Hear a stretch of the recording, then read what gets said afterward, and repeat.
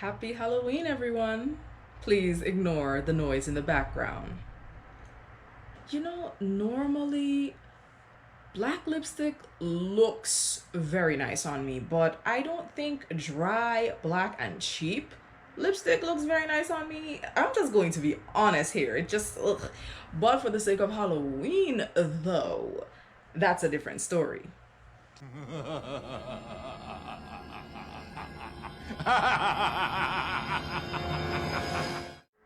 Hello, my name is Jaliane, and today we will be doing 20 spooky horror stories.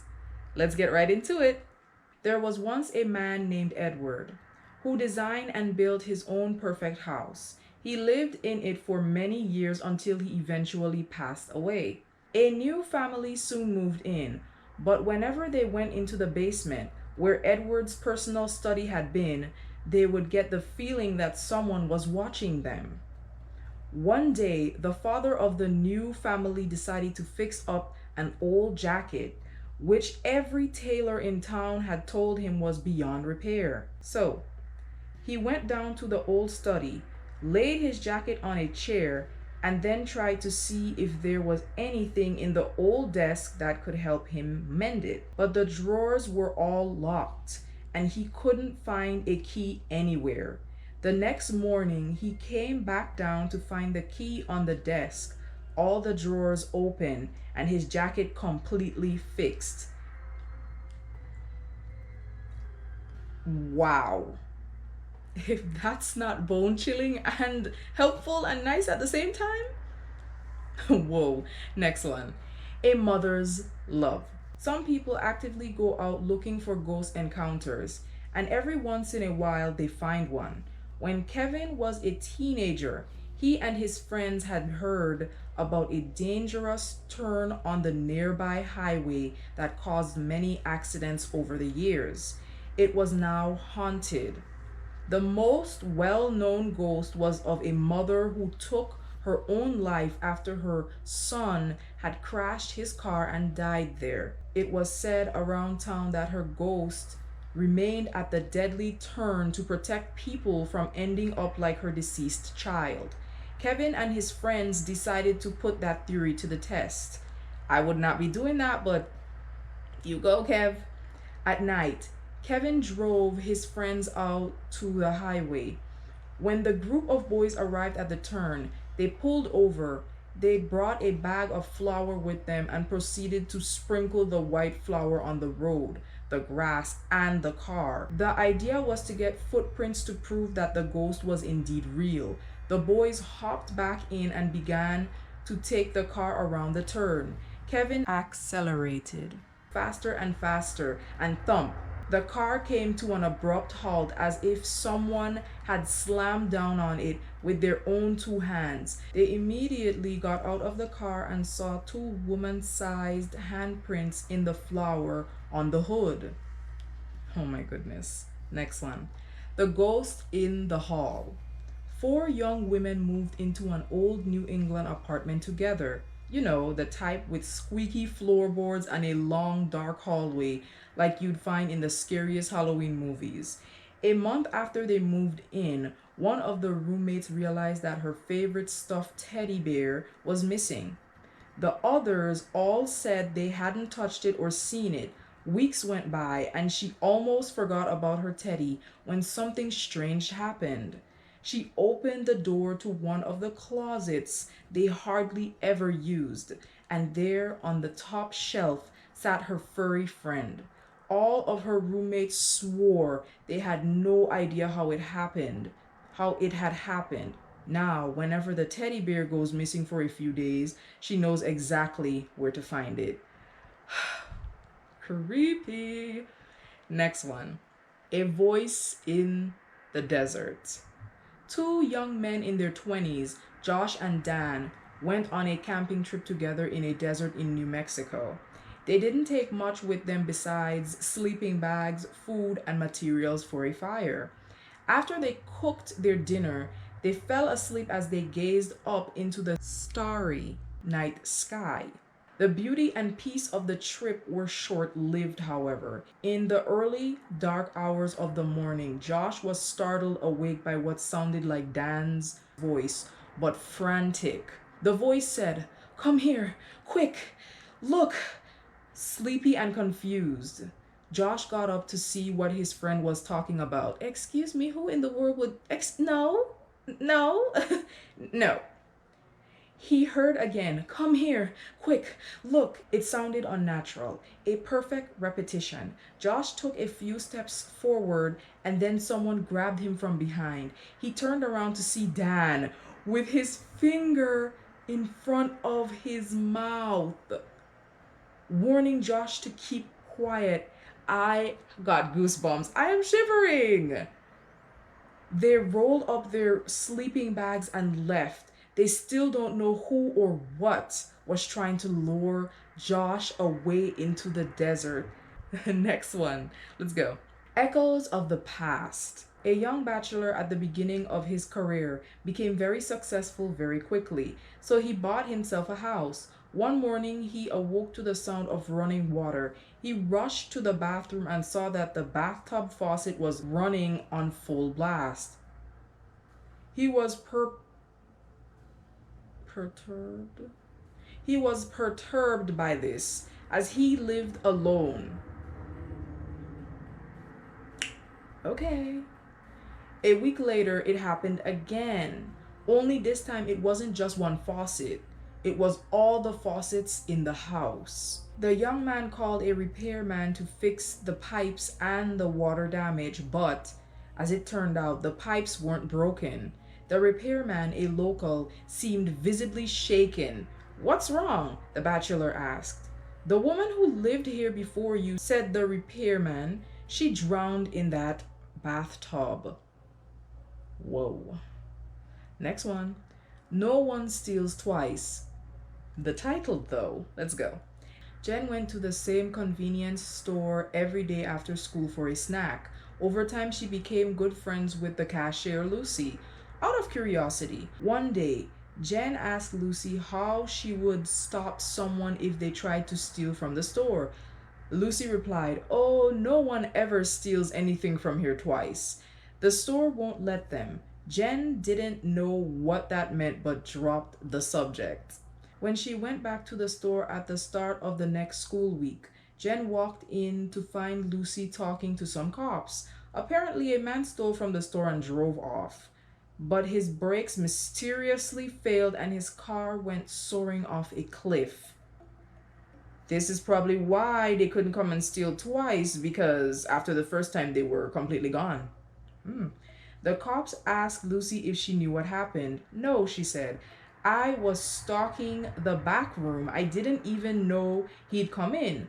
No one ever steals twice. If you're looking for spooky stories that are a little less creepy, there's Disney Halloween movies and yada yada yada.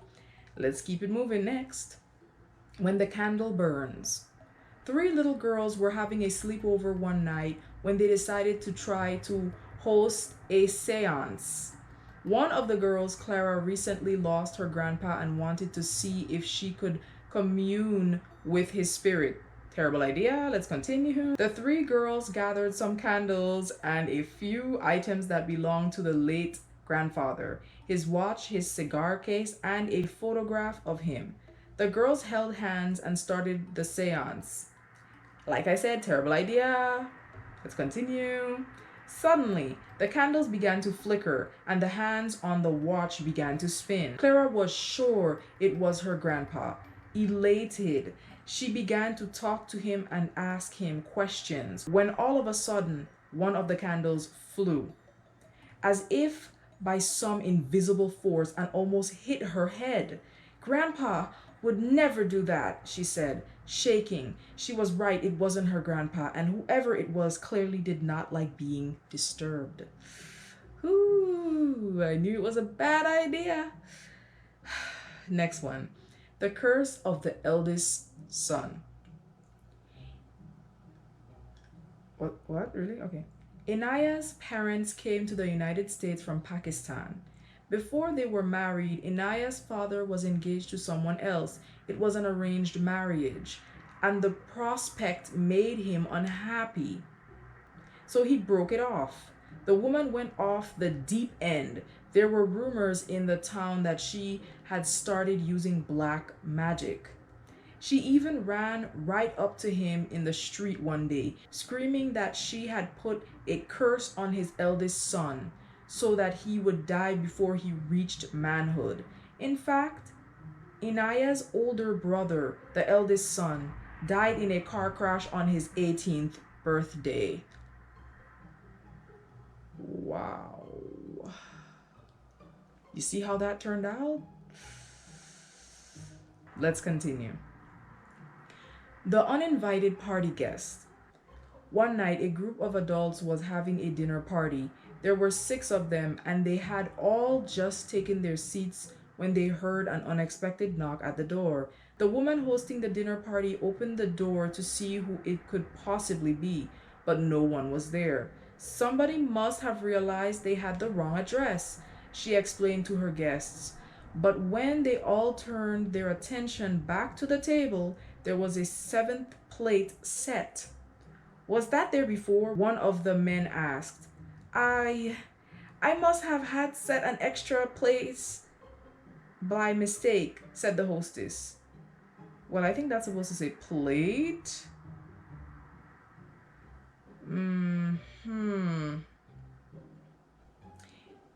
Yeah. I think it would have been very bone chilling if the word plate was there instead of place, but okay, let's continue. She took it back to the kitchen. Yep, it was plate, but they put place. Okay, it's cool. But when she returned, another plate was there. Corrected. This time with a glass next to it.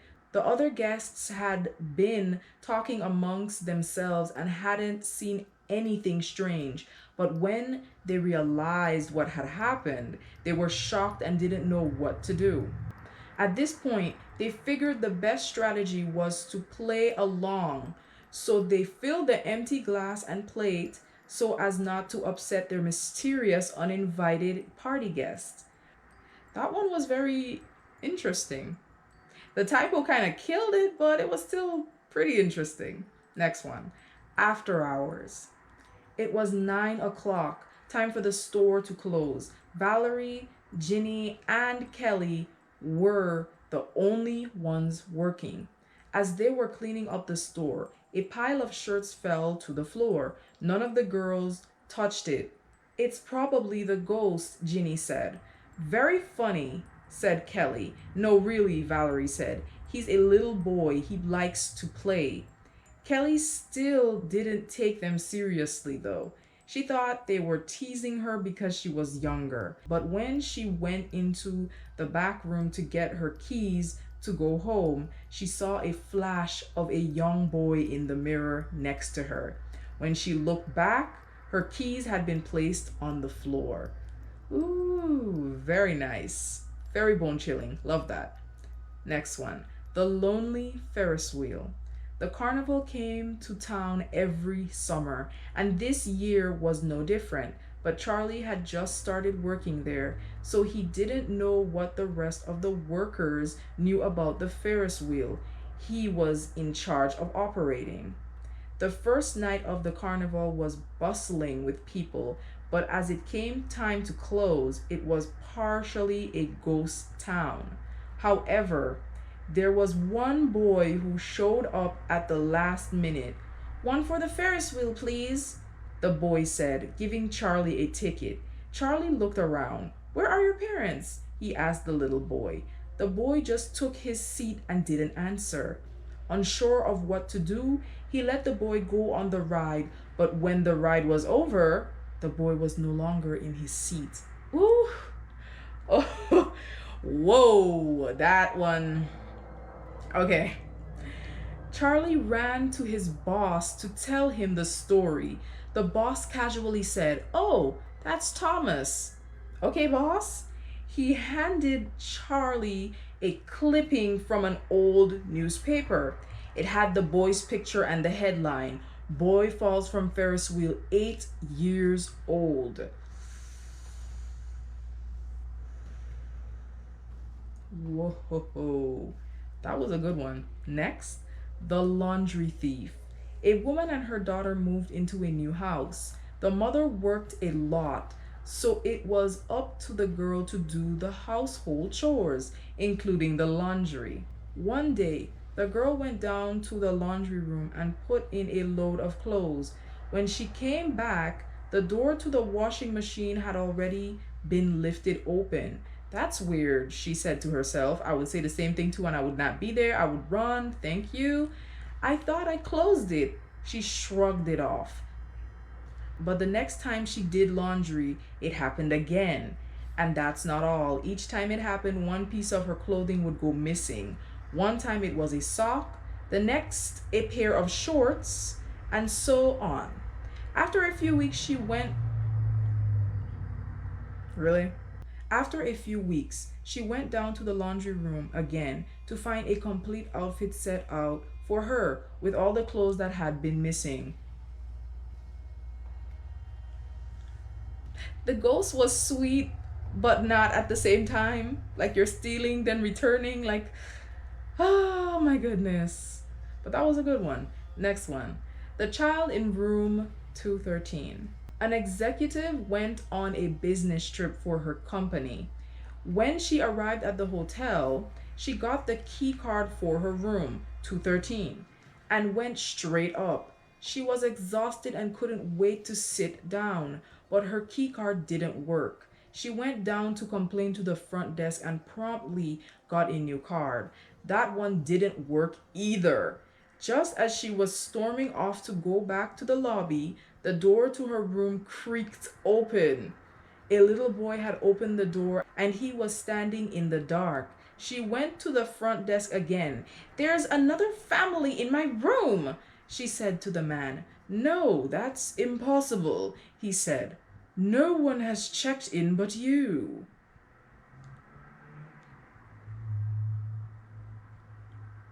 I was not going back up to room 213. Nobody's making that happen.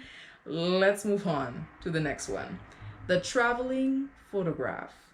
After Anna's dog, Bo, passed away, she started carrying his photo with her everywhere. She loved Bo more than anything, which is why she was so heartbroken when she lost the picture.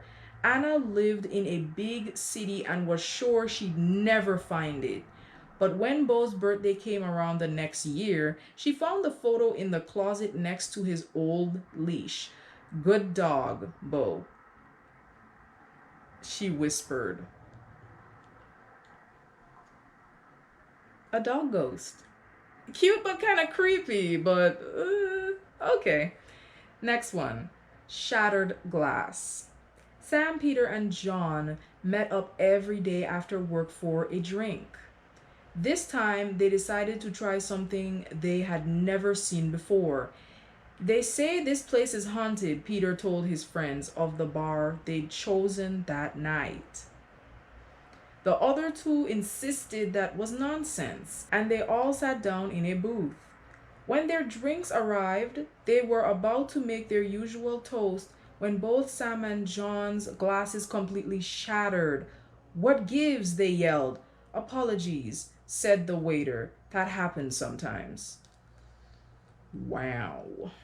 Not too scary, but still, Next one, the daughter's scarf. One freezing January night, a man was driving down a deserted road.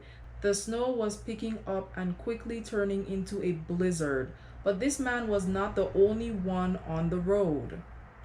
There was another man driving behind him. The other man flickered his car lights to signal him to stop, and both men got out of their cars. The second man stretched out his hand and gave the first man a pink scarf. It was soft and looked just like his daughter's. The man who gave him the scarf had a terrible look in his eyes and a terrible smile to match. Frantic, the father jumped back into his car and sped home, where he found the police already waiting for him. Next one, Wedding in the dark. An engaged couple planned to have their wedding reception at their absolute favorite restaurant. But on the day of the wedding, the bride tragically fell down the stairs and died. Ooh. Now, it's said that every night after the restaurant closes, the ghost of the bride walks down the very stairs she fell from and sets up all of the tables and chairs for the wedding guests she never got to see. I'm creeped out a little bit. These are like a 3 to 5 on the scary scale, but it's not that bad to read these. These are kind of cool. Next one. Three's a crowd. Always has been. Two sisters were at home while their parents were out at an event one evening. They stayed up late, talking and telling stories in the older sister's room. Suddenly, their conversation was interrupted by the sound of loud music. They looked at each other, confused and unsure of where the music could be coming from. I would be too. The older sister got out of bed and began walking down the hallway. It sounded like the music was coming from their parents' room. She peered into the dark room, saw her father's laptop open, screen on, music blaring, and right then the music stopped. Scared, the girl ran back to her room. That would be me too, okay. Where her younger sister was waiting on the bed. Frightened, she shut the bedroom door behind her and got back under the covers, holding her little sister tight. They heard slow, heavy footsteps, one after another, heading toward their end of the hall. When the footsteps stopped, boom, boom, boom. 3 hard knocks on the bedroom door. No one came in, but they certainly didn't try to leave the room for the rest of the night. Next one. A psychic warning. Not all spooky stories are scary. Sometimes they're just otherworldly. Frank was at the mall one day by himself. When in the middle of walking from one store to the next, an older woman ran up to him gasping for breath. I ran all the way from the other end of the mall to find you because I sensed you were here, she said. Frank had no idea who this woman was and was understandably frightened. He tried to push her away. Then she said, I have to tell you, your brother's death was not your fault. Frank was stunned. He had never met her before in his life, but she somehow knew that his brother had died and that he felt guilty. Frank's brother had been a drug addict. He called Frank the day he died, but Frank didn't pick up the phone. Your brother doesn't blame you, she said with compassion. Satisfied that she had fulfilled her duty, she walked away and disappeared back into the crowd of shoppers. Frank broke down in tears. I think I would also break down in tears as well, seeing that that wasn't really my fault at all. But it kind of played out like that because he probably made it his fault. But I'm glad his brother came back to tell him that it wasn't. That was kind of heartwarming and creepy at the same time. Next one. When art imitates life a little too closely. There was a house in a small neighborhood in Maryland that went overboard with Halloween decorations every year. Whenever the crisp fall air rolled in, the entire town would look forward to the unveiling of the new display. But no one ever really talked to the person who did the actual decorating. He was a loner. People only knew him for his Halloween spirit, and his decorations became grander and more lifelike every year. The newest one was a Vlad the Impaler theme. Hyper realistic, blooded mannequins were pierced through with wooden stakes and left to the crows in a gruesome display. Okay. It was the ultimate work of horror. so much so that it caused quite the controversy in the town. While some loved it, many of the local parents wanted it taken down for their children's sake. So, a town official made the trip to the house soon after the unveiling to discuss the matter with the man who lived there. She knocked on the front door, no answer. Knock, knock, nothing. She rang the doorbell, nothing still. It was then that the official realized there was a putrid smell in the yard and an unusual amount of bugs buzzing around for this time of year. She wandered over to one of the mannequins to get a closer look at the incredible craftsmanship. The smell got worse. She gagged and had to put her hand over her mouth. Her eyes went wide. The official put her trembling finger up to the doll and felt the soft, smooth, cold touch of human skin.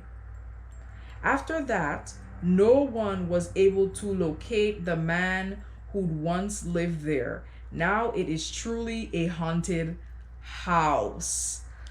Oh my goodness.